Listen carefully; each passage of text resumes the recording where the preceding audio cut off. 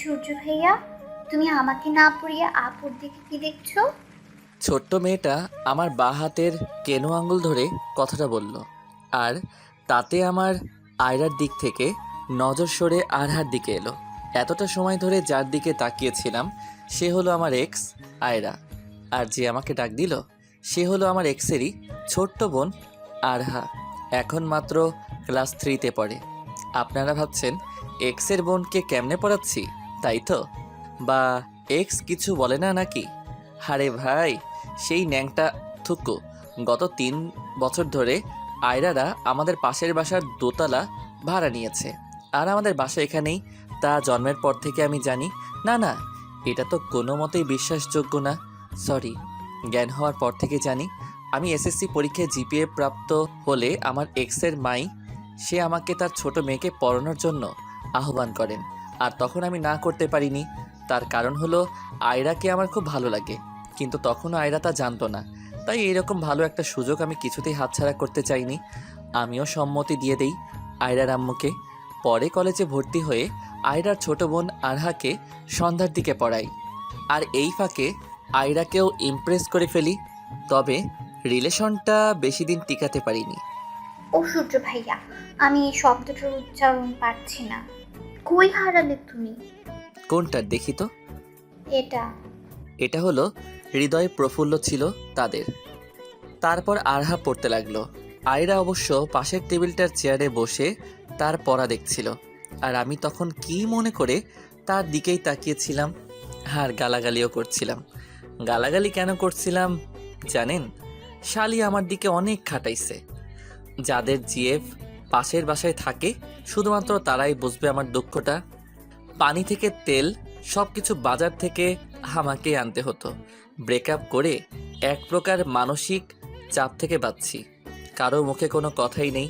আহা, কি শান্তি!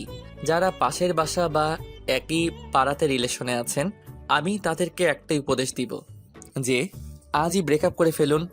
দেখবেন আপনার থেকে দুনিয়াতে আর কেউ শান্তিময় মানুষ হতে পারে না। আরহাকে পড়ানো শেষ করে আমি আমাদের বাসায় চলে এলাম। রুমে এসে ফোনটা অন করলাম। অন করার পরই দেখতে পাই বৃষ্টির 12টা মিসড কল স্ক্রিনে। তাই আমি বৃষ্টিকে কল ব্যাক করলাম না, বরং মোবাইলটা বিছানার উপর ফেলে দিয়ে শার্টটা খুলে বাথরুমে গেলাম। 2 নম্বর করতে লাগলাম। চলুন এই ফাঁকে বৃষ্টির পরিচয়টা সেরে ফেলি। বৃষ্টি, হ্যাঁ ভাই, বৃষ্টির কথাই বলছি। এটা আবার আপনারা আকাশের মেঘ ভাইবেন না প্লিজ। পাঠক ভাইয়া, মিয়া খলিফার কথা কন্যাই, এতে আমি সন্তুষ্ট। আবারও বৃষ্টি আমার বর্তমান জিএফ। মেয়েরা ভাবছে এত জিএফ পালেন কেমনে, তাই তো? আরে আপু, ছেলেদের জিএফ না থাকলে মনে হয় পৃথিবীতে তার থেকে বাইচা থাইকা কোন বালছিরি। এর থেকে ঘুমের ওষুধ খাইয়া ঘুমানোই ভালো। সরি পাঠক ভাইরা। বৃষ্টির কল ব্যাক না করার দুটো কারণ। ফার্স্ট, কল ব্যাক করলে ফোনের ভিতরেই কথার মাধ্যমে মেরে ফেলবে। সেকেন্ড, প্রথম যে কথাটা বললাম সেটা বুঝতে হবে সে কেমন মেয়েরে বাপ। এদিকে আমার 2 নাম্বার করাও শেষ হলো। তাই হাত মুখ ধুয়ে রুমে এসে অন্য একটা শর্ট পরে নিয়ে চুলগুলো ভালো করে ঠিক করে নিলাম। তারপর রুম থেকে বাইরে চলে আসতে লাগলাম, কিন্তু কি যেন আমার চোখ দেখলো। তাই ব্যাকে গিয়ে দেখতে পেলাম আমার বড় বোন সাবিহা অন্য অচেনা একটা ছেলের সাথে একই বিছানায় বসে বসে কথা বলছে। তাই আমি রুমে ঢুকলাম। আমাকে দেখে দুজনেই দাঁড়িয়ে গেল এবং সাবিহা আপু বলল, বাবু, তুই এখানে কি করিস? তার আগে বলো আপু, ছেলেটিকে? আমি বলছি। বলুন। আমি সহ আমার ফ্যামিলি আসছে আপনার বোনকে দেখার জন্য, আর আমাদের একা কথা বলার জন্য আলাদা করে রুমে পাঠিয়েছে তারা সকলেই। আর আমি হচ্ছে সিয়াম। ও, তার মানে দোলা ভাই। ঠিক আছে, কথা বলুন। বাই দ্য ওয়ে, আপনার নাম কি? আমি সূর্য হুসাইন। তাহলে বাবুটা কার নাম? এটা আমি ডাকি ভালোবেসে। আপু আমি চললাম বলে রুম থেকে তাড়াতাড়ি চলে এলাম বড় একটা রুমে। রুমে এসে দেখি আব্বু আম্মু আর দাদা মিলে ছেলের ফ্যামিলির মা বাবা ও একজন মেয়ে কথা বলা বলি করছে। তাই আমি সেখান থেকেও পাশ কাটিয়ে চলে যেতে লাগলে আব্বু বলে উঠল, সূর্য, এদিকে আয় তো। কি বলো? এই মেয়েটি বোধহয় এখানে থেকে বোর হচ্ছে, তুই বাবা ওকে ঘুরে ঘুরে সব দেখা। আব্বুর কথা কখনো মানা করার সাহস হয়নি, তাই মেয়েটিকে নিয়ে পুরো বাড়িটি ঘুরে দেখালাম। বাড়িটা ঘুরে ঘুরে দেখানো হলে মেয়েটি বলল, শুধু কি নিজের বাড়ি দেখাবেন নাকি অন্য কিছু দেখাবেন? আচ্ছা চলুন বাইরে যাওয়া যাক। তারপর দুজন বাহিরে আসলাম। মেয়েটিকে সব কিছু ঘুরিয়ে ঘুরিয়ে দেখিয়ে আবার নিয়েও এলাম আমাদের বাড়িতে। তারপর তারা চলে গেল। আমিও নিজের রুমে গিয়ে শুয়ে পড়লাম। সকাল হলে আপু ডেকে চলে গেল, তাই আমিও ঘুম থেকে উঠে রেডি হয়ে নাস্তা করে কলেজের দিকে এগিয়ে চললাম। কলেজে আসার পর আমি রুমে আসতে লাগলাম, কিন্তু হঠাৎ করেই ইন্টার ফার্স্ট ইয়ারের ক্লাসরুম থেকে আহ শব্দ আসলো। কিন্তু আমি জানি ইন্টার ফার্স্টের ছাত্রছাত্রীদের আজকে ছুটির দিন, তাই আমি এগিয়ে গেলাম সেদিকে। কিন্তু জানালাটা দিয়ে কিছুই দেখতে পেলাম না, আর শব্দ আসছিল না। তাই দরজার দিকে চোখ দিলাম, আর দেখতে পেলাম দরজাটা খোলা অবস্থাতেই চাপানো আছে। তাই আমি এগিয়ে গেলাম দরজার দিকে। দরজাটা ধাক্কা মেরে আমি ভিতরে ঢুকে দেখতে পেলাম আমার জিএফ বৃষ্টি আর আমাদের কলেজ পিয়নের ল্যাংটা শরীর, আর তারা যৌন মিলনে লিপ্ত ছিল। আমি সেখানে দুজনকে দেখে থ হয়ে গেলাম। আমাকে দেখে পিয়ন লোকটি তার লুঙ্গি পরে নেয় এবং রুম থেকে বেরিয়ে পড়ে, আর বৃষ্টি হালকা করে শাড়ি পরা অবস্থাতে আমার কাছে চলে আসে। আমি কিছু বুঝে উঠতে পারার আগে বৃষ্টি আমাকে তার সর্বশক্তি দিয়ে আমাকে ভিতরের দিকে ধাক্কা দিয়ে দরজা বন্ধ করে বাঁচাও বাঁচাও চিৎকার করতে লাগলো। আমিও বুঝতে পারলাম আমি নিশ্চিত গল্পের মতো ধর্ষক করবে এই বৃষ্টি মেয়েটি। তাই আমি বৃষ্টির মুখ চেপে ধরে দিলাম ফ্লোরে, আর আমি ক্লাসরুমের দরজাটা খুলে ফেললাম। আর দেখতে পেলাম আমাদের সহ আরও ডিপার্টমেন্টের সকল ছাত্রছাত্রী রুমের বাইরে অপেক্ষা করছে, আর তার সাথে পিয়ন বুড়া লোকটাও আছে। আমার কোনো কথা না শুনে সবাই আমাকে মারতে লাগলো। মারতে মারতে বেহুশ করলো আমায়। হুশ ফিরলে দেখতে পাই আমি হসপিটালের বেডে শুয়ে আছি, আর আমার পাশে বৃষ্টি। বৃষ্টিকে দেখে আমার মাথার ব্যথাটা কট করে জেগে উঠল। তখন বলল, তোমার পরিবার আসছে তোমাকে দেখতে। আমি কোনো কথা বললাম না। তাই বৃষ্টি রুম থেকে বেরিয়ে সবাইকে ডাকতে চলে গেল, আর আমাকে এই ফাঁকে অন্য আরেকটা দরজাটা দিয়ে আমারই বন্ধু আসিফ এসে আমাকে কাঁধে করে তুলে বেরিয়ে পড়ল সেই দরজাটা দিয়ে। বৃষ্টি সবাইকে ডেকে এনে দেখল রুম আর পেট দুটোই খালি। সবাই পাগলের মতো খুঁজতে লাগলো রুমে, কিন্তু পেল না কাউকে। আরে আমি সেখানে থাকলে তো পাবে না কি? আর আমাকে তো আসিফ কাঁধে করে নিয়ে বেরিয়ে পড়েছে সেখান থেকে। অনেকটা দূরে আমাকে কাঁধে করে আনার পর আসিফ আমাকে নামালো একটি গাছের নিচে, এবং ও পাশে বসলো আর বলল, তুই তোর গার্লফ্রেন্ডে ধর্ষণ করলি কেন সূর্য? মেয়েটির কাছে চাইলেই তো সব দিয়ে দিত। সত্যি বলছি আসিফ, আমি বৃষ্টির সাথে কিছু করিনি। তারপর পুরো ঘটনা খুলে বললাম আসিফকে। আসিফও এরকমই আন্দাজ করেছিল, তাই তো আমার পরিবারকে অপমানের হাত থেকে এমনকি আমাকেও মামলা টামলার হাত থেকে বাঁচিয়ে নিয়েছে। যখন দেখতেই পারবেন আমি হসপিটালে আছি, তখন তারা কাকে দোষারোপ করবে? আর আমার ফ্যামিলিরও কোনো মান সম্মান হানি হবে না। শোন সূর্য, তোর এখানে থাকাটা একদমই সেফটি নয়। তাই বলছি তুই এখান থেকে অন্য শহরে চলে যা। আর আমি চাই না তোর বোনের বিয়েতেও কোনো ধরনের সমস্যা দেখা দিক তোর জন্য। তুই ঠিক বলেছিস। তখন একটা বাস চলে এলো। আসিফ আমাকে ধরে ধরে বাসের মাঝখানের দিকে সিটে বসিয়ে আমাকে কিছু টাকা ধরিয়ে দিল। আমাকে আলবিদা জানিয়ে চলে গেল আসিফ। আমিও বাসের সিটে বসে আছি। হাত পায়ের ব্যথাটা টানতে লাগলো ঘুমানোর জন্য, তাই আলতো করে চোখ জোড়া বন্ধ করে নিলাম আর ঘুমিয়েও পড়লাম। কিছুটা সময় পার হলে বাসের হেল্পার মামাটি চলে এলো আর আমার কাঁধে হাত দিয়ে বলল, মামা ভাড়াটা দিলে উপকৃত হব। আমি পকেট থেকে আসিফের টাকাটা বের করলাম আর তাকে সেই নোটটা দিলাম। হেল্পার মামা নোটটাকে একবার পর্যবেক্ষণ করে বলল, কই যাবেন মামা? জানি না। জানি না মানে? আপনাদের বাসটা কোথায় থামবে? তখন হেল্পার একটা জায়গার নাম বলল, কিন্তু তেমনটা খেয়াল নেই। আমিও বলে দিলাম সেখানেই নামবো। মামা 1000 টাকার খুচরা দিতে পারবো না, আপনার কাছে খুচরা থাকলে দেন। কিন্তু আমার কাছে তো এই একটাই নোট আছে। তাহলে ওয়েট করেন, খুচরা হলে আমি আপনার থেকে টাকাটা নিয়ে নিব। ঠিক আছে। তারপর সিটে হেলান দিয়ে বসে থাকি আধা ঘন্টা। 1 ঘন্টা পর পর লোকজন উঠছে আর নামছে, কিন্তু ঘুম আর আসছে না। তাই আমি বাসের কাছে জানালাটা দিয়ে উকি দিলাম বাহিরের দিকে। দেখতে পেলাম রাস্তার দু সাইডে সরিষার ফুলে ফুটে উঠেছে সমস্ত জায়গা। হালকা ঠান্ডা মৃদু হাওয়া বইছে তার গায়ে। মৌমাছিও কিছু কিছু কীটপতঙ্গ বসে আছে ফুলের পাপড়ির উপরে, আবার কিছু কিছু পোকামাকড় উড়ে বেড়াচ্ছে। তবু হঠাৎ করে আরহা এবং আয়রার কথা মনে পড়ে গেল। তারা জানতে পারলে কী বা ভাববে আমাকে। তারপরও সেগুলো মনে করতে চাইলাম না।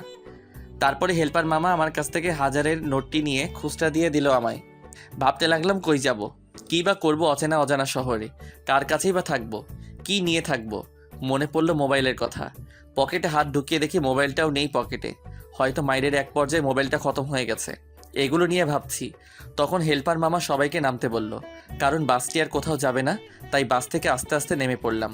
নামার পরই বাসটা চলে গেল আমাকে রেখে। শহরের রাস্তা, আর এদিকে সন্ধ্যা ঘনিয়ে এসেছে, আর পেটের ভিতরেও ক্ষুধার আগুন জ্বলছে।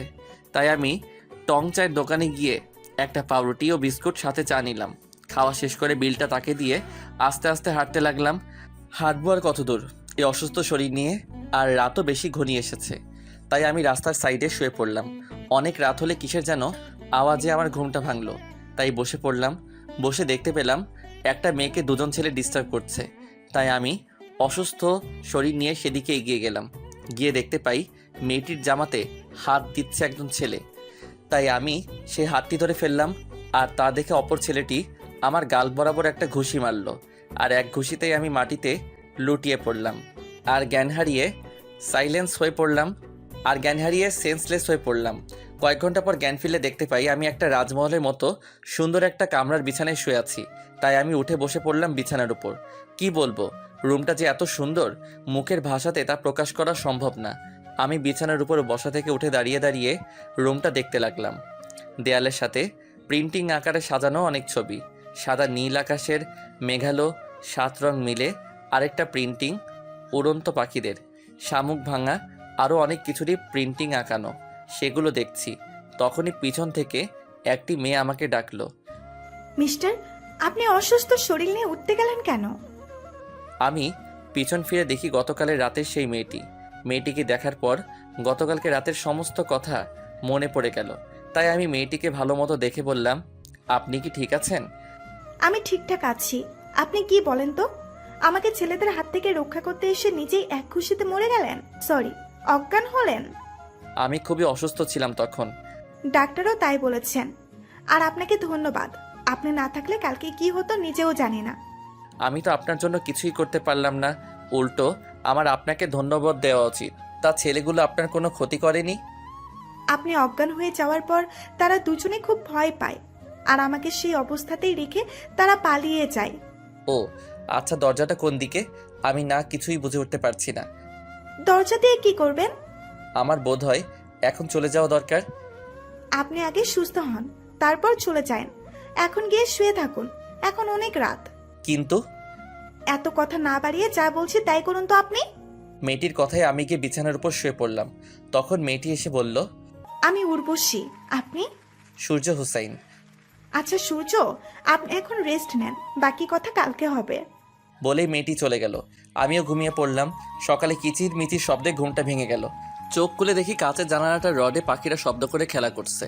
তাই আমি উঠে ফ্লোরে পা রেখে হাঁটতে হাঁটতে জানালাটার কাছে এসে পৌঁছালাম। জানালার কাছে আসতেই পাখির দলগুলো উড়ে গেল রড থেকে।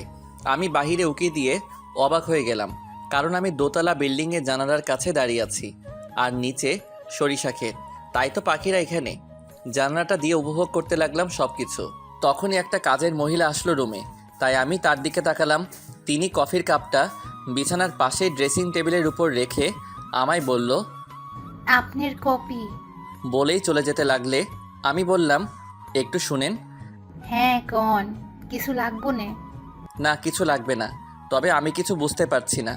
উর্বশীকে? উর্বশী ম্যাম হলেন আমার ম্যাডামের একমাত্র মেয়ে, আর এই বাড়িটা তারই। মহিলাটি কথাগুলো বলার পরপরই উর্বশী চলে এসে বলল, খালা, আপনি এখন যান। মহিলাটি চলে গেলে আমি উর্বশীকে বললাম, আপনি কে বলেন তো? আমি হলাম এই গোটা রাজ্যের রাজকন্যা।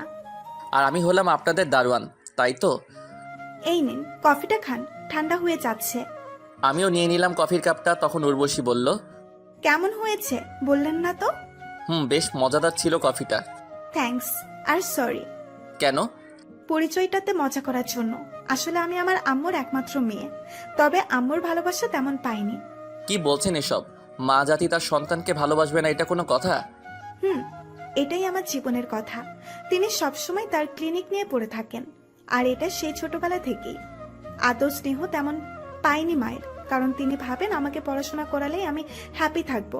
কিন্তু আমি তাকে আমার পাশে চেয়েছি, সেটা আম্মু নিজেও বোঝার চেষ্টাও কখনো করেনি। আর আপনার আব্বু? তার কথা মুখে আনতে চাই না। কিন্তু কি হয়েছে বললেন না তো? প্লিজ, এই প্রসঙ্গে আমি আপনার সাথে কথা বলতে চাচ্ছি না এখন। আমার কলেজে লেট হয়ে যাচ্ছে, আমি চললাম। আর হ্যাঁ, আপনি সুস্থ না হওয়া অবধি কোথাও যাবেন না। কথাগুলো বলে আমার হাত থেকে কাপটা নিয়ে চলে গেল সে। আমি বিছানার উপরে গড়াগড়ি করলাম, কিন্তু কিচ্ছু ভালো লাগছে না। নতুন জায়গায় আসলে যা হয় আর কি। কিছুটা সময় পর মহিলাটি নাস্তা দিয়ে চলে গেল। আমিও উঠে বসে নাস্তা করে নিলাম। নাস্তা শেষ করে আমি দরজাটা দিয়ে বেরিয়ে পড়লাম। আর দেখলাম একটা রাজপ্রাসাদের মতো তাদের বাসা। একতলা দোতলা সেটিং করা, তাও আবার একই সাথে, আর দুপাশে দুটি সিঁড়ি। তাই আমি সিঁড়ি বেয়ে নিচে চলে এলাম। নিচে এসে দেখি মহিলাটি টেবিল সাফ করছে। তাই আমি মূল ফটকের দরজাটা দিয়ে বাইরে চলে এলাম। বাইরে এসে দেখি গোলাপ ফুলের সমারোহ সামনের দিকে, বাড়ির পিছনের দিকে সরিষা ফুলের সমারোহ, আর সামনের দিকে গোলাপ ফুলের। তাই আমি এগিয়ে গেলাম। এগিয়ে গিয়ে পিছন ফিরে দেখি বাড়িটাকে দেখতে জমিদার পরিবারের বাড়ি বলেই বোঝাচ্ছে। আমি পিছন দিকে সরে যাচ্ছি, আর হঠাৎ করে কিসের সাথে যেন ধাক্কা খেলাম। পিছন ফিরে দেখতে পাই একজন মধ্যবয়স্ক লোক, আর তার হাতে গাড়ির চাবি। তখন তিনি বললেন, তুমি ঠিক আছো তো? আমি ঠিকই আছি। আমার আবার কি হবে? না, গতকালকে উর্বশী ম্যামের সাথে তোমায় অজ্ঞান অবস্থায় দেখতে পেয়েছিলাম, তাই জিজ্ঞেস করলাম। ও আচ্ছা, আপনি এখানে কত বছর ধরে আছেন? বেশ কয়েক বছর। কিন্তু কেন? উর্বশীর আব্বুর ব্যাপারে কিছু জানেন আপনি? না, মাত্র 3 বছর ধরে আমি এখানে। তারপর লোকটির সাথে এটা ওটা কথা বললাম। তারপরও আবারও চলে এলাম সেই রুমে এসে বিছানায় শুয়ে পড়লাম। ঘুমাচ্ছি। অনেকক্ষণ পর বিকালের দিকে উর্বশী মেয়েটি আমায় ডাকলো, তাই আমি উঠে বসলাম। দেখতে পেলাম তার হাতে কিছু শপিংয়ের ব্যাগ। উর্বশী বলল, ঘুমাবেন, ভালো কথা। দুপুরের খাবারটা খাননি? আমিও দেখতে পেলাম খাবার রাখা আছে সেখানে, কিন্তু খালা তো আমায় একবারও ডাকিনি, তাই কিছু বললাম না আমি। সে যাই হোক, এখন আপনি আপনার শার্ট প্যান্ট পাল্টিয়ে আসুন বাথরুম থেকে। বলেই শপিংয়ের ব্যাগগুলো আমার হাতে তুলে দিল সে। কিন্তু আবারও কিন্তু যান বলছি। তাই আমি বসে না থেকে উঠে বাথরুমে চলে গেলাম। শপিংয়ের ব্যাগটাতে দেখতে লাগলাম কি কি আছে। প্রথমে বের হলো শার্ট, নীল সাদা মেলানো। আরেকটা শপিং ব্যাগে দেখতে পেলাম টি শার্ট ও প্যান্ট। অন্যটাই দেখি হাতের ঘড়ি, আর অপরটাই যা দেখতে পেলাম সেটি হলো আন্ডার প্যান্ট। মেয়েরা কেমনে ছেলেদের সেটাও আনতে পারে, আদৌ অজানা। বুকের ভিতর কষ্টের পাহাড় জমে থাকলেও হাসিও আসলো। তখনই উর্বশী বলল, আর কতক্ষণ লাগবে আপনার? আসছি আপু। বলেই দাঁড়িয়ে দাঁড়িয়ে আন্ডার প্যান্টটা দেখে পরে নিলাম। সব কিছুই ফিটফাট হলো। হাতের ঘড়িটাও পরে নিলাম। আর এখন শুধু একটা জিনিসেরই কমতি রয়ে গেল, আর সেটি হলো মোবাইল। থাক আর বলবো না, তাই আমি বাথরুম থেকে বেরিয়ে আসলাম। তখন উর্বশী বলল, অনেক সুন্দর মানাইছে তো আপনারে। পছন্দকার বলতে হবে না? নিশ্চয়ই আপনার। আরে না, কি বলেন, আমি ছেলে মানুষের পোশাক কেমনে কিনবো? উর্বশী মেয়েটির কথায় আমি একটু অবাক হলাম। তাহলে কার পছন্দ হতে পারে? তাই আমি জিজ্ঞেস করলাম, তাহলে কার পছন্দ এগুলো? এইগুলো সবই আমার বিএফ নীলের পছন্দ। আগে বলেননি তো আপনি রিলেশন করেন। আপনি তো আর আমায় জিজ্ঞেস করেননি, তাই আমিও বলার দরকার মনে করিনি। আচ্ছা, আপনি একটু অপেক্ষা করুন, আমি 5 মিনিটের মধ্যে আসছি। তারপর সে আমার রুম থেকে চলে গেল। আমি গিয়ে বিছানার উপর বসলাম। কেমন যেন খারাপ লাগছিল, কিছুই বুঝতে পারছিলাম না। উর্বশী মেয়েটি চলে এলো। সে ড্রেস চেঞ্জ করে আসলো, আমাকে ডেকে নিয়ে নিচে চলে এলো এবং ড্রাইভারকে গাড়ি বের করতে বলল। ড্রাইভার গাড়িটা নিয়ে এলো, কালো গাড়ি। উর্বশী আমাকে বসিয়ে সেও অপর সিটে বসলো। তারপর ড্রাইভার উর্বশীর কথা মতো গাড়ি চালাতে লাগলো, আর একটা উন্নত মানের রেস্টুরেন্টের সামনে এসে গাড়িটা থামাতে বলল। ড্রাইভারও গাড়ি থামালো। সে আমাকে নামতে বলে তিনি নিজেও নেমে পড়ল, আর আমিও নেমে পড়লাম। তারপর সে রেস্টুরেন্টের ভিতরে চলে গেল, সাথে আমিও। দুজনে বসে আছি। উর্বশী অর্ডারের রিসেন্ট দেখে অর্ডার দিল। কিছুটা সময় পার হলে ওয়েটার এসে খাবার দিয়ে গেল। আমরা খাবার খাচ্ছি, তখনই একজন ছেলে এসে বলল, আমাকে রেখেই খাওয়া দাওয়া করছো তাই না? তুমিও বসো। ছেলেটি বসে গেল, আর উর্বশী বলল, তোমায় যার কথা বলেছিলাম সে। ও হাই, আমি নীল। কাটা চামচ দিয়ে খাচ্ছিলাম, তাই হাতে কোনো এঁটো নেই। আমিও হাত বাড়িয়ে দিয়ে, আর আমি হচ্ছি সূর্য হুসাইন। আপনাকে বোধহয় আমি চিনি। কিন্তু আমি তো আপনাকে চিনি না। আপনি কি ফেসবুকে লেখালেখি করেন ভাই? মানে রাইটার? নীল যখন কথাটা বলছিল তখন আমি খাচ্ছিলাম, তাই আমার গলায় কাশি আসলো। আর আমি মুখটা হাত দিয়ে চেপে ধরলাম। না ধরলে মুখের খাবারগুলো নীলের সুন্দর টি শার্টের উপর গিয়ে পড়তো। কি বলছেন ভাই? আমি রাইটার ফাইটার কিছু নই, জাস্ট সিম্পল একটা মানুষ। ও সরি, আপনার নামের সাথে একদম মিল, তাই জিজ্ঞেস করলাম। নীল, এসব কি হচ্ছে? তুমি কি বলতে আসছিলে আমায় সেটা বলো। পরশু আমার বড় ভাইয়ের বিয়ে, তোমাকে আমার সাথে যেতেই হবে। আমি বিয়ে টিয়েতে আসতে পারবো না। প্লিজ, আমার জন্য না হলেও ফ্যামিলির জন্য প্লিজ। ওকে ওকে, তবে আমার সাথে সূর্যও আসবে। এর মধ্যে আমি নাই আপু। কিন্তু আমার কোনো কথা না শুনে নীল বলল, ঠিক আছে, আমি এখন চলি, বাসায় অনেক দায়িত্ব আছে। বলেই চলে গেল। তখন আমি বললাম, আচ্ছা আপু, নীল ভাইয়াও কি আসলে কাজ করে? করে হয়তো। তবে আমার মনে হয় নীল শালার পুত ডাহা মিথ্যা কয়। কিছু বললা তুমি? কই না তো আপু। তারপর দুজনেই খাওয়া দাওয়া করলাম। খাওয়া দাওয়া শেষ হলে ওয়েটার এসে বিলটার কাগজ দিয়ে গেল। উর্বশী বিলটা টেবিলের উপর রেখে কিছু টিপস দিয়ে দিল। তারপর গাড়িতে গিয়ে আবার উঠলাম, আর ড্রাইভার গাড়ি ছেড়ে দিল। তখন উর্বশী বলল, আপনার বাসা কই? আমার কোনো বাসা নেই। আমি ডাহা মিথ্যা কথা বললাম। বাসা নেই মানে? আমি এতিমখানায় থেকেছি এতদিন, আর গতকালকে সেখান থেকে চলে আসছি চাকরির খোঁজে। ও, তা পড়াশোনা কতদূর হয়েছে আপনার? ইন্টার সেকেন্ড অবধি। ভালো, তার সার্টিফিকেট কই সেগুলোর? পড়ে গেলাম গ্যারার তলে, তাই আবারও ডাহা মিশা কথা কইতে হইব। গতকালকে রাত্রিবেলা সেগুলো আমার সাথে ছিল। আপনার দিকে এগিয়ে যাওয়াতে সেগুলোর কথা একদমই ভুলে গেছিলাম। তার মানে আপনার কাছে একটাও সার্টিফিকেট নেই? না। তখন উর্বশী মেয়েটি ড্রাইভারকে গতকালকে রাতের জায়গায় নিয়ে যেতে বলল। আমিও শুধু চুপচাপ বসেই রইলাম। ড্রাইভার গতকালকে রাতের ঠিক সেই জায়গাটাতে নিয়ে এলো। তারপর উর্বশী নেমে গেল, আর আমিও নেমে গেলাম। সবাই মিলে অনেক খোঁজাখুঁজি করলাম, কিন্তু সার্টিফিকেটগুলোর কোনো হদিস পেলাম না। আরে, সার্টিফিকেটগুলো আমি নিয়ে আসলে তো থাকবে, কিন্তু আমি এই বড়লোকের মেয়েটার থেকে একটা সুযোগ নিতে চেয়েছি জীবনে বাঁচবার জন্য। হয়রানি হবার পর উর্বশী গাড়িতে উঠে পড়ল, আর ড্রাইভারও। তাই দেখে আমিও গাড়িতে উঠে পড়লাম। তখন উর্বশী বলল, সরি, আমার জন্য আপনার এত বড় ক্ষতি হয়ে গেল। ভাগ্যে যা থাকে তাকেই মেনে নিতে হবে। দাঁড়ান, আমি আপনার ভাগ্য বদলে দেওয়ার ব্যবস্থা করছি। বলেই উর্বশী কাকে ফোন করলো, আর ওপাশ থেকে ফোনটা রিসিভ করে নিল। তখন উর্বশী আপু বলল, কই রে তুই? আমি বাসায় আছি। কেন? অপর পাশ থেকে একটি মেয়ে, আমি তোদের বাসায় আসছি, দারোয়ানকে বলে রাখিস। ঠিক আছে, আয়। ড্রাইভার উর্বশী আপুর কথা মতো একটা 3 তলা বাড়ির গেট দিয়ে ঢুকতে লাগলো। দারোয়ান কিছু না বলে উর্বশীকে স্যালুট করলো, আর গাড়িটিও বাড়িটির ভিতরে এসে থামলো। উর্বশী আপু গাড়ি থেকে নেমে আমাকেও নামতে বললেন, তাই আমিও নেমে পড়লাম। গাড়ি থেকে নামার পর একটা মেয়েকে দেখতে পেলাম। দেখতে মাশাআল্লাহ হুটপরির থেকে কোনো অংশে এক ফোঁটা কমতি নেই। লাল রঙের একটা শাড়ি পরে আছে মেয়েটি। হাতের দিকে চোখ গেলে দেখতে পাই এক হাতে লাভ সিস্টেমের ঘড়ি, আর এক হাতে নীল লাল হলুদ চুড়ি মেশানো হাতে, তাও অনেকগুলো। কানে চোখ যেতেই মেয়েটি কানের নিচে দেখি যে কানের ঝুমকাটা অনেক লম্বা। কি বলবো আর আপনাদের, প্রথম দর্শনেই হারিয়ে গেছি তার শহরের মায়ায়। এখন এই মায়া থেকে কে টেনে তুলবে? তোলার তো কোনো মানুষ নেই। হ্যাঁ, আমাকেই নিজেই চেষ্টা করতে হবে। ওই, আপনি কই হারালেন সূর্য?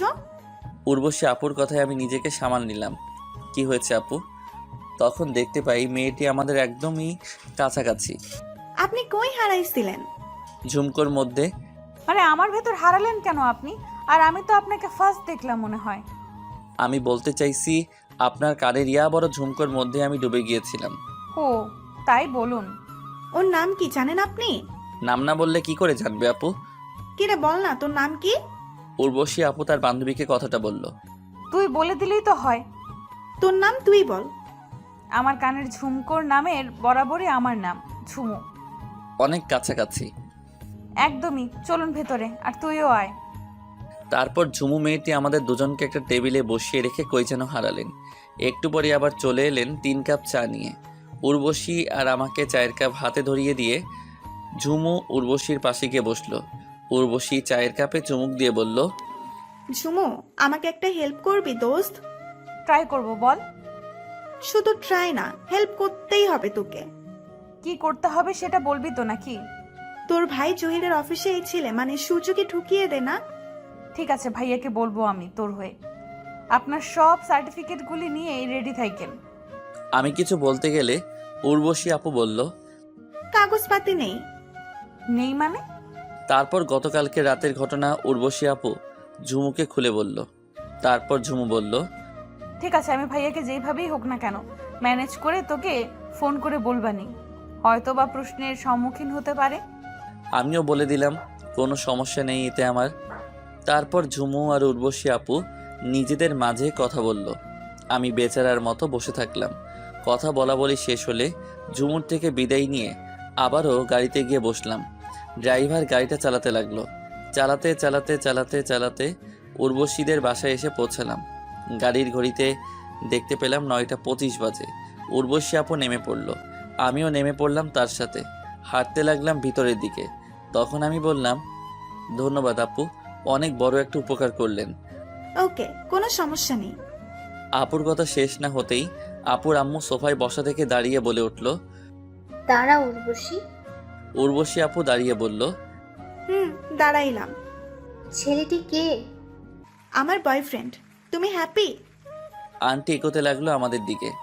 আপুর এমন কথা শুনে আর মায়ের মুখের উপর বলে মিথ্যা বলে দেয়া আমি নাকি তার বয়ফ্রেন্ড। আমি তো ভয় পেতে পেতে শেষ। এখন যদি আমাকে বা উর্বশী আপুকে থাপ্পড় লাগিয়ে দেয় তাহলে কি হবে? আন্টি আমার কাছাকাছি আসার পর তিনি হাত উঁচা করতেই আমি চোখ বন্ধ করে নিলাম। কিন্তু থাপ্পড়ের আওয়াজ আসলো বলে আমি চোখ খুলে তাকালাম। দেখতে পাই আন্টি আমার মাথায় হাত দিচ্ছে। তোর পছন্দ একদমই পারফেক্ট আছে। মা, আমি তোমার সাথে ইয়ার্কি মারছি আর তুমি সেটাকে সিরিয়াসলি নিচ্ছ কেন? আপুর এমন কথায় দেহ থেকে প্রাণটা নিঃশ্বাস নিতে লাগলো। তাহলে এই কে? ও আমার কলেজ ফ্রেন্ড।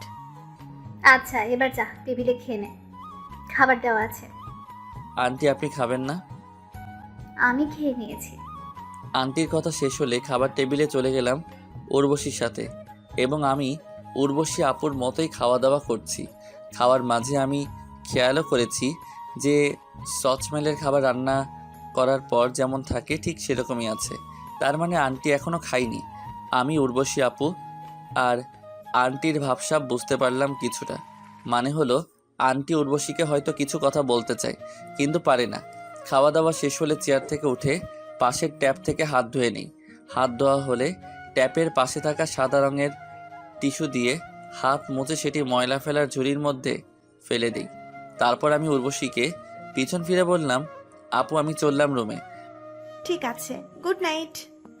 আপু তখনও খাবার টেবিলেই বসে বসে কি যেন নিয়ে ভাবছিল, তাই আমি তাকে ডিস্টার্ব না করে রুমে চলে এলাম।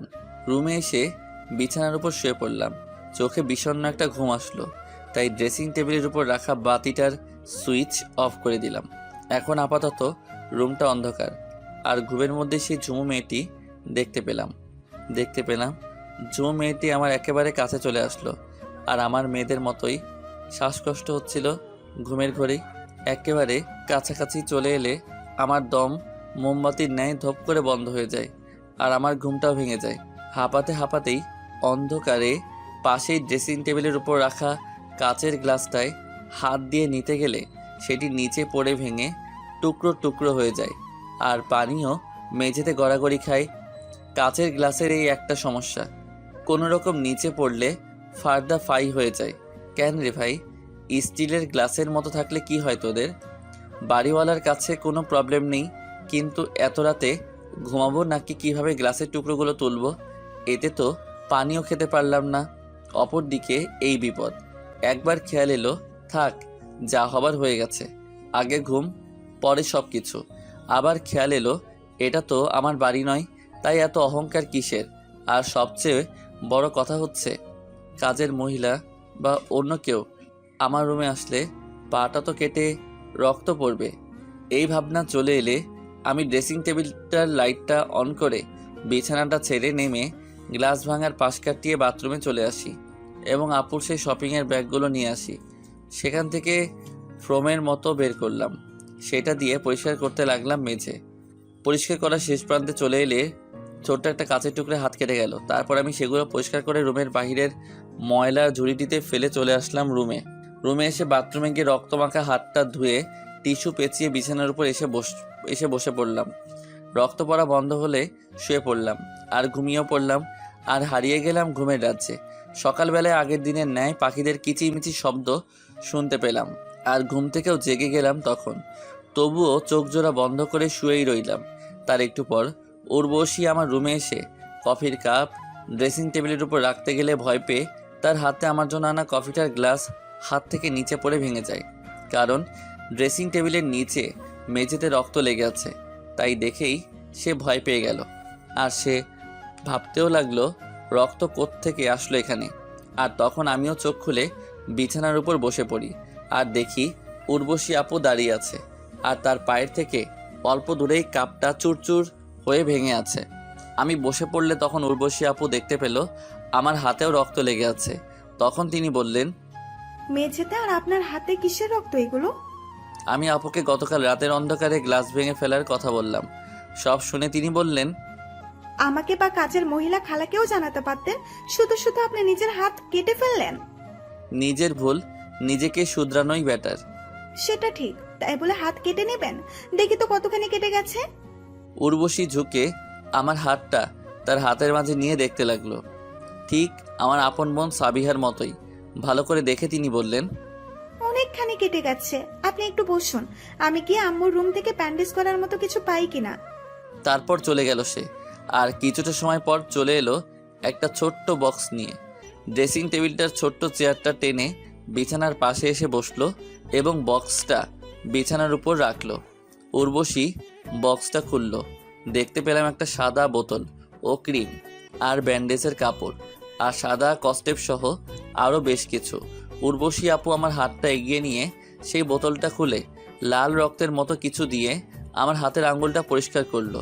ব্যান্ডেজের সাদা ফুটা ফুটা কাপড় দিয়ে পরিষ্কার করে মলম লাগিয়ে ব্যান্ডেজ করে দিল, ঠিক ডাক্তারদের মতোই।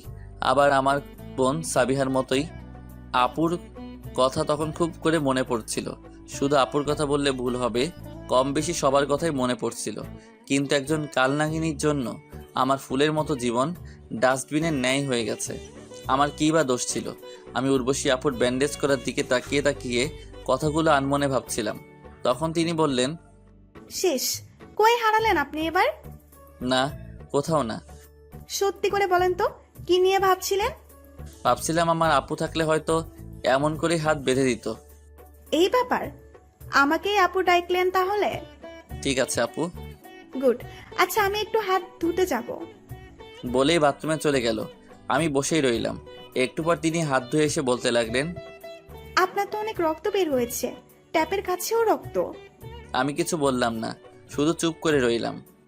আর শুনুন সূর্য, আমার কলেজের টাইম হয়ে যাচ্ছে, আমি আপনার নাস্তা খালাকে দিয়ে আপনার রুমে দিয়ে যেতে বলবো। আচ্ছা। আর হ্যাঁ, কাপের ভাঙা টুকরোগুলো কিন্তু আপনি উঠাবেন না, এটাও খালাকে বলে দেবো আমি। ওকে, চললাম। বলে উর্বশী আপু বক্সটা সাথে করে নিয়ে চলে গেল রুম থেকে বেরিয়ে। আর আমি বিছানার উপর বসা থেকে উঠে বাথরুমে চলে এলাম। হাত মুখ ধুয়ে আবার রুমে চলে আসলাম। রুমে এসে দেখতে পাই ঝুমু মেয়েটি কাপের সেই ভাঙা টুকরোগুলো তুলছে। আমি ভাবতে লাগলাম সে কখন এলো আর ভাঙা টুকরোগুলো সে কেন তুলছে। আপু না বলল খালা উঠাবে এগুলো। আমাকে দেখতে পেয়ে ঝুমু মেয়েটি দাঁড়িয়ে গেল এবং বলতে লাগলো, এই যে মিস্টার, আমার বান্ধবী আপনাকে থাকতে দিয়েছে বলে আপনি যেখানে সেখানে কাচের ভাঙার টুকরো ফেলে রাখবেন নাকি? আমাকে কথা বলার সুযোগ না দিয়ে আরও বলতে লাগলো, অন্যের বাসা আপনি অপরিষ্কার ডাস্টবিন বানিয়ে রাখেন, আমার ভাইয়ার অফিসে আপনি কেমন করে রাখবেন আমার তা বোঝা হয়ে গেছে। পিছনে ফিরে দেখেন।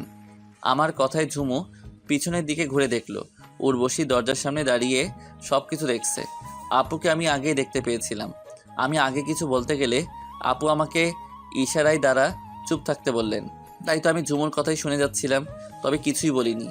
তুই কখন এলি উর্বশী? এসেছি তোর এই রুমে ঢুকতে দেখেই। তাহলে হয়েছে কি? ঝুমু বলতে গেলে উর্বশী আপু ঝুমুকে থামিয়ে দিয়ে বলেন, কফির কাপটা না আমার হাত থেকেই ভেঙে গেছে, তাই আমি তাকে উঠাতে নিষেধ করেছি। আর তুই কিনা তাকে না জেনে শুনে কতগুলো কথা বললি। সরি দোস্ত, আমি আসলেই তখন বুঝে উঠতে পারিনি। আমাকে কেন সরি বলছিস? সরিটা সূর্যের কাছ থেকে নে। সরি। ঠিক আছে, এতে সরি বলার তেমন কিছু নেই। সরিটা তাহলে মওকুফ করছেন? উর্বশী আপু, আমার না রুমে কেমন জানি লাগছে। আমি কি আপনার সাথে বাইরে যেতে পারি? আমার তো কলেজ আছে, কলেজ শেষে আবার নীলের সাথেও দেখা করতে হবে। ওকে ওকে, কোনো সমস্যা নেই, আমি নিয়ে যাচ্ছি। ঝুমু আমার দিকে তাকিয়ে কথাগুলো বলল। আমিও মুচকি হাসি দিলাম। তাহলে তো হলোই, নাস্তার রেস্টুরেন্ট থেকেই তোমরা করে নিও, এটাই ভালো হবে। ঠিক আছে।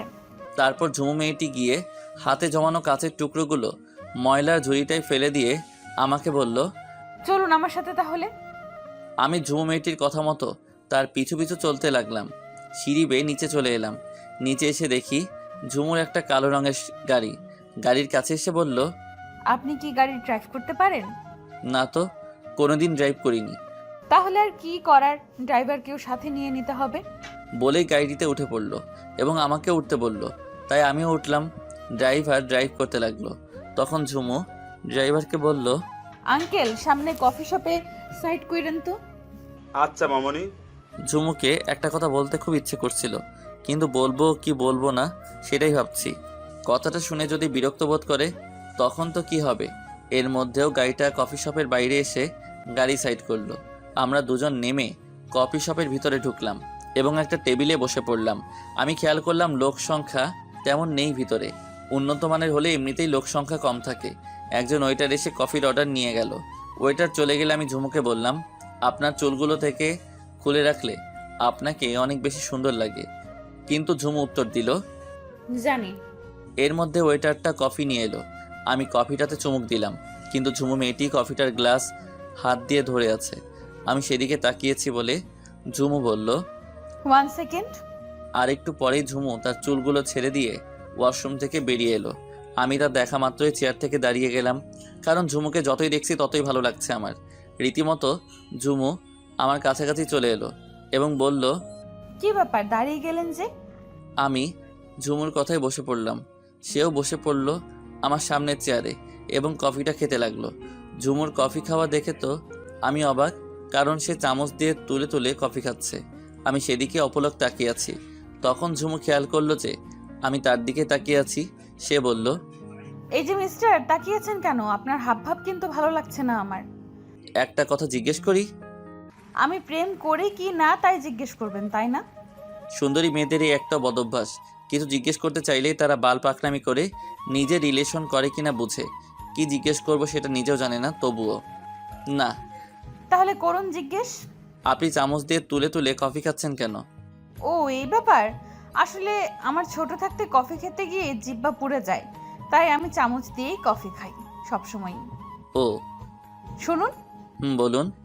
তখন ঝুমু তার কাঁধের ছোট ব্যাগটা তার কোলে রেখে ব্যাগটার চেইন খুলে একটা কার্ড আমার হাতে ধরিয়ে দিয়ে বলল, আমার বড় ভাইয়া আপনাকে তার অফিসে দেখা করতে বলেছেন, এই নিন ভিজিটিং কার্ড। আমি ভিজিটিং কার্ডটা হাতে নিয়ে বললাম, ধন্যবাদ আপনাকে অসংখ্য। ওকে, ঠিক আছে। আমরা কি বন্ধু হতে পারি? আমার এমন কথায় ঝুমু মেয়েটি আমার দিকে কেমন দৃষ্টি করে তাকিয়ে আছে তা আমি বুঝতে পারলাম না। কি হলো বলুন? বন্ধুর সম্পর্কটা কখনো বলে কয়ে হয় না, বরং আপনা আপনি থেকেই হয়ে যায়। তার মানে হতে পারি না? বললাম তো, এইভাবে বলে হয় না বন্ধুত্ব সম্পর্ক। তারপর আমি আর কথা বাড়ালাম না। কফিটা শেষ করে বসে রইলাম এই আশায়। ঝুমুর কফি খাওয়াটা দেখছিলাম। তারও খাওয়া শেষ হলো। কফির বিলটা টেবিলের উপর রেখে দিয়ে উঠে পড়ল ঝুমু, তাই আমিও উঠে পড়লাম। তারপর দুজনে গাড়িতে গিয়ে বসলাম। ড্রাইভার আঙ্কেল গাড়িটা ছেড়ে দিল। আমি গাড়ির ভেতরে গিয়েও কোনো কথা বলছি না, শুধুই চুপচাপ বসে আছি। তাই ঝুমু মেয়েটি বলল, আচ্ছা, বন্ধু হতে পারেন। আমি ঝুমুর দিকে তাকিয়ে এবার একটু হাসি দিলাম। ড্রাইভার আঙ্কেল গাড়িটা চালিয়ে চালিয়ে একটা কলেজের সামনে নিয়ে এলো। তখন ঝুমু তাকে থামাতে বলল গাড়িটা। ড্রাইভারও থামিয়ে দিল। তারপর সে নেমে গেল। আমিও নেমে গেলাম। নেমেই ঝুমুর দিকে প্রশ্ন ছুড়ে দিলাম, এখানে কেন আসলাম আমরা? কারণ এইটা আমার কলেজ। আমি ভালো করে লক্ষ্য করলাম কলেজটাকে। কলেজটা সাধারণত অনেক জায়গা নিয়ে অবস্থিত। 4 তলা কলেজ। আর এখন কলেজের মাঠের কাছাকাছি রাস্তায় আমরা দাঁড়িয়ে আছি। আর কলেজের সাথে একটা মসজিদ, অনেক সুন্দর একটা মসজিদ, দেখলেই চোখ জুড়িয়ে যায়। তখন আমি ঝুমুর সামনাসামনি হয়ে বললাম, অসম্ভব ধন্যবাদ আপনাকে আমাকে এমন একটা জায়গায় নিয়ে আসার জন্য। ওয়ে, এখন আমরা বন্ধু। তো আমাদের মাঝে এখন আর আপনি সাপনি চলবে না।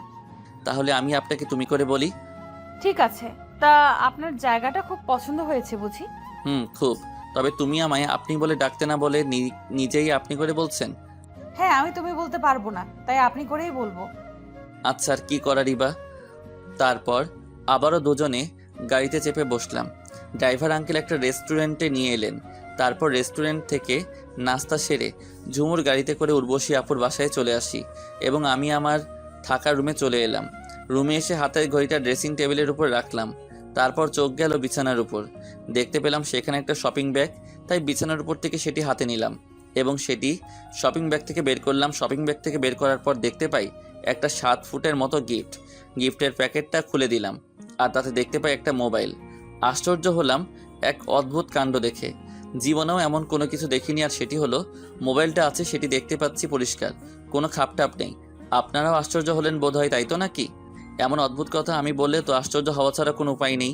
মোবাইলটা রাখার বক্সটা কোনো কাগজ বা কার্টুনের, আবার লোহারও নয়। বক্সটা হলো কাচের। কাচের গ্লাস না খুলেই বাইরে থেকে দেখা যাচ্ছে মোবাইল সহ হেডফোন, চার্জার, ব্লুটুথ, এই সকল জিনিসপত্র। আপনারা ভাবছেন আমি স্বপ্ন দেখছি? আরে ভাই, আমিও তখন ভাবছিলাম আমি স্বপ্ন দেখছি, কিন্তু আসলে তা নয়, এটাই বাস্তব। গল্পে আসি। আমি খুঁজতে লাগলাম মোবাইলটা বের করব কিভাবে। অপর দিকে উল্টাতেই দেখতে পেলাম ছোট্ট একটা তালা, তাও পাসওয়ার্ডের। দেখেই হাসি আসলো আমার, তাই হাসতে লাগলাম আর আনমনে বলতে লাগলাম, এটা মোবাইল নাকি অন্য কিছু? অনেক অনেক দামি মোবাইল হলে যা হয় আর কি। পাসওয়ার্ড চাচ্ছে, তাই আশেপাশে দেখতে লাগলাম কিছু আছে কিনা। তাই প্যাকিং করার প্যাকেটটাও দেখতে লাগলাম। তখন দেখতে পেলাম একটা ছোট্ট কাগজে লেখা আছে। তোমরা যেটা খুঁজছো সেটি দরজার পেছনে আছে। লেখাটি দেখে আমি রুমের দরজার পিছনের দিকটাই দেখতে লাগলাম। দরজাটায় আসলেই লেখা আছে। সেখানে আবারও আগের ন্যায় লেখা আছে। এখানে নয়, মেইন দরজায়। কেমন বোকা তুমি, হ্যাঁ?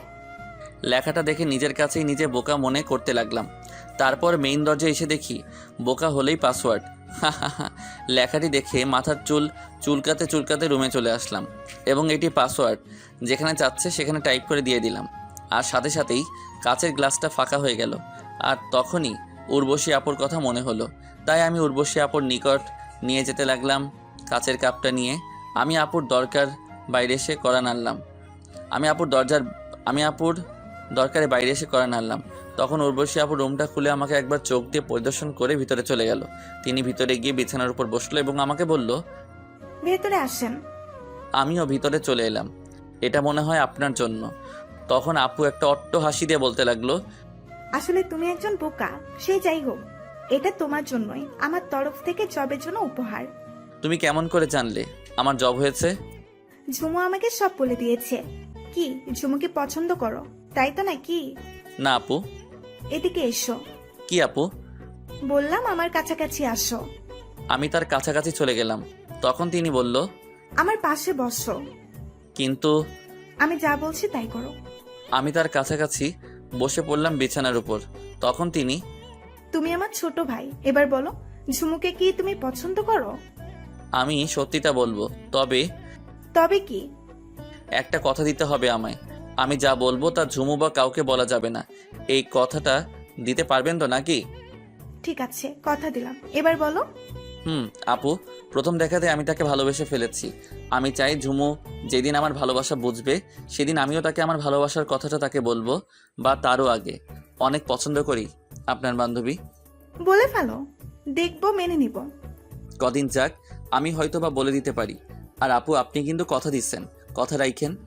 ওকে, আর জবের জন্য all the best. Thank you আপু। তারপর বিছানার উপর থেকে উঠে নিজের রুমে এসে মোবাইলটা চার্জে লাগিয়ে দিলাম। পরে রাতের খাবার খেয়ে নিজের রুমে এসে শুয়ে পড়লাম। সকালবেলাতে ঘুম ভাঙলে রেডি হয়ে মোবাইলটা পকেটে রেখে নাস্তা করে আন্টির কাছে গেলাম। আন্টি তখন দোতলার বারান্দায় বসে বসে পেপারের পাতা উল্টাচ্ছিল। আমি গিয়ে তার পাশে দাঁড়ালাম, আর আন্টিও আমায় দেখতে পেয়ে বলল, কি হে যুব, কিছু বলবা? আজকে আমার জবের প্রথম দিন, দোয়া করবেন। দোয়া করি অনেক হ্যাপি হও জবটাতে, ইনশাআল্লাহ। তখন আমি সামনের দিকে এগিয়ে তার পায়ে সালাম করলাম, আর তিনি এমন দশা দেখে পেপারটা পাশের সিটে রেখে দাঁড়িয়ে আমাকে উঠালো পায়ের কাছ থেকে আর বলল, কি করছো? আমি জানি আপনার অনেক কষ্ট আমার মতো। তখন তিনি আমাকে বুকে টেনে নিয়ে বললেন, জীবনে অনেক বড় কিছু হও বাবা। তারপর আন্টিকে রেখে বেরিয়ে পড়লাম ঝুমুর বড় ভাইয়া জহিরের অফিসে তার সাথে দেখা করতে, এবং ভিজিটিং কার্ডের ঠিকানা অনুযায়ী পৌঁছেও গেলাম সেখানে। অফিসের দারোয়ান গেট দিয়ে ঢুকতে বাধা দিলে আমি ভিজিটিং কার্ডটা পকেট থেকে বের করে দেখাই। তিনি স্যালুট করেন, আর আমার তখন কেমন যেন ভয় লাগলো। সে যাই হোক না কেন, অফিস ভবনের সামনে এসে পড়লাম। দেখতে পেলাম 2 তলা ভবন অফিসের, তাই আমি ভিতরে ঢুকে পড়লাম। নিচে একজনকে জিজ্ঞেস করে জানতে পারলাম উপরে জহিরের অফিস, তাই আমি সিঁড়ি বেয়ে 2 তলায় চলে এলাম। এসেও একটা ঝামেলার মধ্যে ঢুকে পড়লাম। দেখতে পেলাম দরজার জায়গায় কাচের গ্লাস, আর দেখতে পেলাম অফিসের স্টাফেরা অফিস থেকে দেওয়া অ্যাক্সিস কার্ড ব্যবহার করে ভিতরে ঢুকছে, কিন্তু আমার কাছে ওরকম কোনো কার্ড নাই। আর আমি তখনই খেয়াল করলাম ঝুমু মেয়েটি অফিসের ভিতরের কাচের গ্লাসের পাশে বসে থাকা একটা মেয়ের সাথে কথা বলছে। আমি হাত উঁচু করলাম, ঝুমু সেটি দেখেও না দেখার ভান করলো, এবং তারপরেই ঝুমু সহ সেই মেয়েটি আসলো এবং অন্য আরেকটা দরজা দিয়ে আমাকে ভিতরে নিয়ে এলো। ঝুমু আমাকে তার ভাইয়ার কেবিনে পাঠিয়ে দিল। আমি রুমে ঢুকেই আসসালামু আলাইকুম স্যার। ওয়ালাইকুম আসসালাম। তারপর বললেন বসুন মিস্টার। আমিও বসে পড়লাম। শুনুন মিস্টার, আপনি তো নতুন, তাই আপনার সাথে সিনিয়র কলিগ দিচ্ছি, যাতে সে আপনাকে সব কিছু বুঝিয়ে দেয় এবং পরবর্তী সময়ে আপনি একাই যাতে সব কিছু বুঝে নিতে পারেন। Okay sir. আর তখন তিনি একটা বেলে টাপ দিলেন, আর অফিসের পিয়ন এসে বলল তন্ময়কে ডেকে পাঠাও তো আমার কেবিনে। বলেই পিয়ন একবার আমার দিকে তাকিয়ে চলে গেল। আর কিছুটা সময় পর তন্ময় স্যার এরপর কেবিনে দরজাটার সামনে এসে বলল, স্যার আমায় ডাকছেন? হ্যাঁ, এসো তন্ময়, বসো। তন্ময় লোকটি আমার পাশের চেয়ারে বসলো এবং স্যার বলতে লাগলো, তন্ময়, ওনাকে তোমার নতুন প্রজেক্টে নিয়ে নাও, যাতে করে অল্প সময়ে ধারণা জন্মায়। ঠিক আছে স্যার। ওকে, এবার তন্ময়ের সাথে গিয়ে সবার সাথে পরিচয় হয়ে নিন। স্যারের কথায় আমরা তার রুম থেকে বেরিয়ে পড়লাম এবং দেখতে পেলাম ঝুমু বাইরের সিটে বসে আছে। আমাকে দেখে বলল, কি বললো ভাইয়া আপনাকে? জয়েন করে কাজ দিয়ে দিল। গ্রেট। তারপর ঝুমুকেও সাথে করে সবার সাথে পরিচয় হয়ে নিলাম। এভাবেই কয়েক মাস কেটে গেলে উর্বশী আপুদের বাসা থেকে অফিস দুটোর মাঝে শুধু আবদ্ধ তা কিন্তু একেবারে নয়, মাঝে মধ্যে ঝুমুকে নিয়েও ঘুরতে যাওয়া চলে। আজকে অফিস নেই, তাই ভাবলাম আজকে ঝুমুকে আমার ভালোবাসার কথাটা বলে দিব। আমার যেই ভাবা ঠিক সেই কাজ। ঝুমুকে আসতে বললাম একটা জায়গায়, ঝুমু আগেই চলে এলো আর আমিও চলে এলাম। আমি আগেই বললাম, শীত করতেছে অনেক, তাই না? না তো। তাহলে গরম লাগতেছে? না। তাহলে কি লাগতেছে? ওই যে নাতিস্থল্য। আপনি কি যেন বললেন? আমি? হ্যাঁ আপনি। আকাশটা অনেক পরিষ্কার, তাই না? আপনি কি এটাই বলতে চাইছেন? না। তাহলে কি বলবেন সেটা বলুন, তাড়াতাড়ি বাসায় যেতে হবে। কালকে বলি? না, যা বলার আজকেই বলতে হবে আপনার। কি যেন বলবো আমি? কি বলবেন সেটা তো একমাত্র আপনিই জানেন। আমি তখন মনে সাহস সঞ্চয় করে আমি হ্যাঁ আপনি। তারপর কি? নিশ্চয়ই ভালোবাসেন। হ্যাঁ। না না। কোনটা ভাববো, প্রথমটা নাকি শেষের দুইটা? ফার্স্টটাই। আমি এখন চলে গেলাম। তখন ঝুমু আমার হাতটা টান দিয়ে বলল, নিজের মনের কথাটা এতটা সময় নিয়ে বললা, তাও আমার সাহায্য নিয়ে। আমি ছেলে হলে দেখতা কিভাবে প্রপোজ করতাম। পরে কথা হবে, এখন কেমন যেন ভয় ভয় পাচ্ছে। আমি চলে যেতে লাগলে ঝুমু বলে উঠল, ওকে, নিজের মনের কথাটা শুনাইয়া দিলা, কিন্তু আমার উত্তরটা কি তা না জেনেই চলে যাচ্ছ যে? শুনে তো যাও আমার উত্তরটা। ঠিক আছে, তোমার উত্তর বলো। নিশ্চয়ই হ্যাঁ হবে। অবশ্যই হবে। কিন্তু কেন? কারণ আপনি লেট। লেট মানে? গতকালকে আমাদের কলেজের একজন ছেলে আমাকে প্রপোজ করছে, আমিও তার প্রপোজালে হ্যাঁ বলে দিছি, কারণ আমার কিছু করার নাই সূর্য। আমার চোখের কালো মনির উপরে পানিতে টলমল করছে, কিন্তু চোখ থেকে অশ্রু ঝরাচ্ছি না। ঠিক সেইভাবে ঝুমুকে বললাম, আচ্ছা, তাকে নিয়ে ভালো থেকো, আর আমাকে একটু হলেও মনে রেখো। আমি পিছন ফিরে চলে যেতে লাগলে ঝুমু আমাকে আমারও পিছন থেকে হাত টান দেয়। তবু আমি হাতটা ছাড়িয়ে এক হাত চোখের টলমল পানিটা মুছে হাঁটা দিলাম। উর্বশী আপুদের বাসায় এসে রুমে এসে বসে রইলাম বিছানার উপর জড়সড় হয়ে, আর চোখের পানিগুলো মুছতে লাগলাম। আজ ছেলে বলে আওয়াজ করে কান্না করতে পারি না, মেয়ে হলে অবশ্যই আওয়াজ করে কান্না করতাম, আর সেটা হোকি বা বাথরুমে ঝর্ণার পানিতে। কাঁদতে কাঁদতে একটা সময় চোখের পানিও ফুরিয়ে গেল। তখনই দেখতে পেলাম রুমের জানালাটা দিয়ে একটা ছোট্ট পাখি ঢুকে পড়ে, আর তখন রুমের সিলিং ফ্যানটা চলছিল। এসি আছে, তবে আজকে দুঃখের জন্য আর চালাইনি। সে যাই হোক, পাখিটাকে দেখতে পেলাম ঠিক ফ্যানের বাতাসের দিকেই চলে গেল আর কেমন করে যেন উপরেও উঠে পড়ল, কিন্তু পাখিটা আর নিচে নামতে পারছে না। কতক্ষণ চেয়ে থাকলাম হয়তো নেমে পড়বে, কিন্তু নামতে চেয়েও পারছে না। এই ভয়ে যে যদি ফ্যানের পাখার ব্লেডের মতো আঘাত লাগে তাহলে তো দফা রফা হয়ে যাবে। আর আমারও একই চিন্তা হলো, তাই আমি বিছানার উপর জড়সড় হয়ে বসে থাকা থেকে উঠে গিয়ে ফ্যানের সুইচটা অফ করে দেই। ফ্যানের পাখাগুলো একেবারেই থেমে গেলে আর তখন নেমে আমার কাছাকাছি চলে আসে আর আমাকে সামনে থেকেই দেখে, জানালাটা দিয়ে টুকুট করে বেরিয়ে পড়ে। তাই দেখে আমার মনটা কেমন হালকা ভালো লাগলো। আর তখন সেই মুহূর্তে চোখে প্রচুর ঘুম চলে আসে, তাই আমি এসিটা চালিয়ে শুয়ে পড়ি বিছানার চাদরটা টেনে। দুপুর সহ আর সন্ধ্যা পেরিয়ে গেল, কিন্তু ঘুম আর ভাঙল না। আর তখনই ভূমিকম্পের ন্যায় উদ্দাম হলো এক প্রকার। চোখ খুলে বালিশের নিচে হাত দিতেই অনুভব করলাম ভূমিকম্পের ন্যায় মোবাইলটা বেজে উঠছে, কারণ তখন বালিশের নিচে মোবাইলটা সাইলেন্ট অবস্থায় ছিল। আপনারাও এটা করতে পারেন, বালিশের নিচে মোবাইলটা সাইলেন্ট করে রেখে ঘুমাবেন, দেখবেন ভূমিকম্পের ন্যায় মোবাইলটা বাজবে। বালিশের নিচে থেকে মোবাইলটা বের করে স্ক্রিনে দেখতে পাই ঝুমু কল দিয়েছে। আমি কলটা রিসিভ না করে মোবাইলটাই অফ করে দিলাম। আবারও ঘুমানোর চেষ্টা করলাম, কিন্তু ঘুম আর আসলো না। তাই গড়াগড়ি করতে লাগলাম, কিন্তু গড়াগড়িটাও বেশিক্ষণ টিকাতে রাখতে পারলাম না। উর্বশী আপু এসে দরজায় নক করলো। সূর্য, দরজাটা খোলো। আপুর এমনভাবে দরজায় নক করায় আমি বিছানায় শোয়া থেকে উঠে দরজাটা খুলে দিলাম। দরজাটা খোলার সাথে সাথেই উনি আমাকে ভালো মতো দেখতে লাগলো। আর তখন উনি কাকে যেন বলতে লাগলেন। সূর্য ঠিক আছে, কোনো চিন্তা করিস না তো তুই। তবে চোখগুলো ফোলা ফোলা লাগছে, কান্না করছে হয়তো বেচারাটা। আপুর এমন কথাই আমি অল্প অল্প বুঝতে পারলাম আপু কার সাথে কথা বলছেন। আর তখনই উর্বশী আপু আমাকে তার ফোনটা ধরিয়ে দিয়ে বলল, নাও কথা বলো, তোমার সাথে কথা বলার জন্য মরিয়া হয়ে উঠেছে। কে ফোনে? কে আবার? ঝুমু ছাড়া কি অন্য কেউ হতে পারে নাকি? ধরুন আপু, আমি তার সাথে কথা বলবো না। আমি তোমার আপু হয়ে কথা বলতে আসছি, সো বলো তার সাথে কথা। কিন্তু তুমি সবসময় কিন্তু কিন্তু করো কেন? আমি যা বলছি আগে সেটা করো। কি আর করার, ফোনটা কানের কাছে নিয়ে হ্যালো কি বলবা তাড়াতাড়ি বলো। তুমি ঠিক আছো তো? হ্যাঁ ঠিক আছে, কি বলবা সেটা বলো। তুমি আমার ফোনটা রিসিভ না করে এই মোবাইলটা অফ করে রাখছো কেন? আর কান্নাই বা করছো কেন? সেটা আমার ব্যাপার, আমি তোমায় কেন বলতে যাব। আর রাখছি। ওয়েট, শোনো। কি আবার? কালকে দেখা করতে পারবা? না, যা বলার এখনই বলো। ভালোবাসি তোমায়। কি? কানে কি তোমার প্রবলেম আছে? না, তবে তুমি একসাথে কয়জনকে ভালোবাসবা শুনি? কয়জন মানে? তুমি যে বললা দেখা করার সময় তোমাকে কে যেন প্রপোজ করছে, আর তুমিও হ্যাঁ বলে দিছো, এখন তার কি হবে? আসলে এই উর্বশীটি কি বলে? তুমি বোকা, আসলেই তুমি বোকা, মজাকেও সিরিয়াস নিছো। মিথ্যা হলে বলে দিলেই তো পারতে, শুধু শুধু আমাকে এরকমভাবে কষ্ট দেওয়ার কোনো ওয়ে দেখছি না আমি। জানানোর জন্যই তো ফোন দিছিলাম তোমার মোবাইলে। আর আমি যার সারা জীবনের সঙ্গী হব তাকে একটু বাজিয়ে দেখতে হবে না নাকি? তাই বলে কষ্ট দিবা? 100 বার দিব, 1000 বার দিব।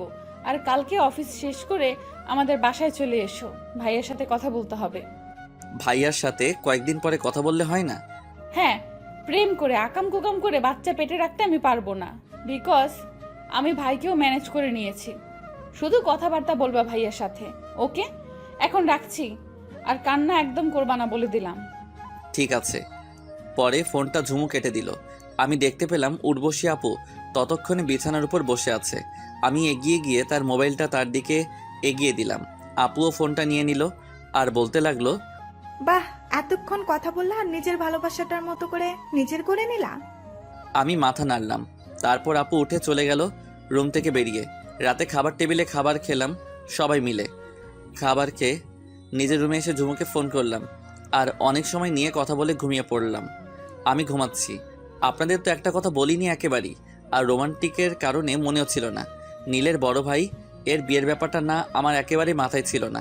আমার সাথে ঝুমুর আগে বন্ধুর মতো সম্পর্ক হলে তার কয়েকদিন পরে নীলের ভাইয়ের বিয়ে হয়েছে। নীলের ভাইয়ের বিয়েতে উর্বশী আপু আমাকে নিয়ে যায় তার সাথে, আর ঝুমুকেও তার ভাইকেও আসতে বলেছিল নীলের ফ্যামিলিরা। তাদের কার্ড দিয়ে নিমন্ত্রণ করেছিল, আর নিমন্ত্রণ করবেই বা না কেন। নীলের বড় ভাইও আমার স্যার যে ক্লাসমেট ছিল, আর আমার স্যারের নাম ডাকও অল্প ছিল শহরে। সে যাই হোক, ঝুমু হলুদের সাথে ম্যাচিং করে লাল রঙের শাড়ি পরে আসছিল। দেখতেই চোখ ঝলসে যাবে এরকম। সেদিনটা অনেক বিনজয় করেছিলাম কেন বললাম সেটা সামনে এগোলেই বুঝতে পারবেন। আমাকে উর্বশী আপু বসিয়ে রেখে চলে গেল। ঝুমু যখন ড্যান্স করেছিল সেদিন আমি অপলক তার দিকে তাকিয়েছিলাম, পাশে থাকা সোফায় বসে। ঝুমু যে একা ড্যান্স করছে তা একেবারে নয়, ঝুমুর সাথে আরও মেয়ে নাচছে আর বক্সে বাজছে এই গানটা, মুশকিল মে হ্যাঁ জিনা তूने दिल है जीना हो गए पागल देखो प्यार है ये हसीना कुसु कुसु कुसु कुसु कुसु कुसु कुसु कुसु कुसु कुसु। সংক্ষেপে বললাম কারণ গল্পের মধ্যে গান এলাও না। আপনাদেরকে বলে রাখি যে এই মেয়ে ড্যান্স করতে পারে তার সাথে বাসর করা সবচেয়ে আরামদায়ক। জাস্ট ফান করলাম, সিরিয়াস নিয়েন না কথাটা। আমি তো ঝুমুর ড্যান্স দেখে তো আরও ফিদা হয়ে গিয়েছিলাম। ওয়ে আমি তো ঝুমুর প্রতি আগেই দুর্বল, না ফিদা ছিলাম, আর এখন তো আরও ডাবল ফিদা হয়ে গেলাম। সেটা তো বড় কথা না, বড় কথা হলো আমি ঝুমুর ড্যান্সটা অনেক এনজয় করছিলাম।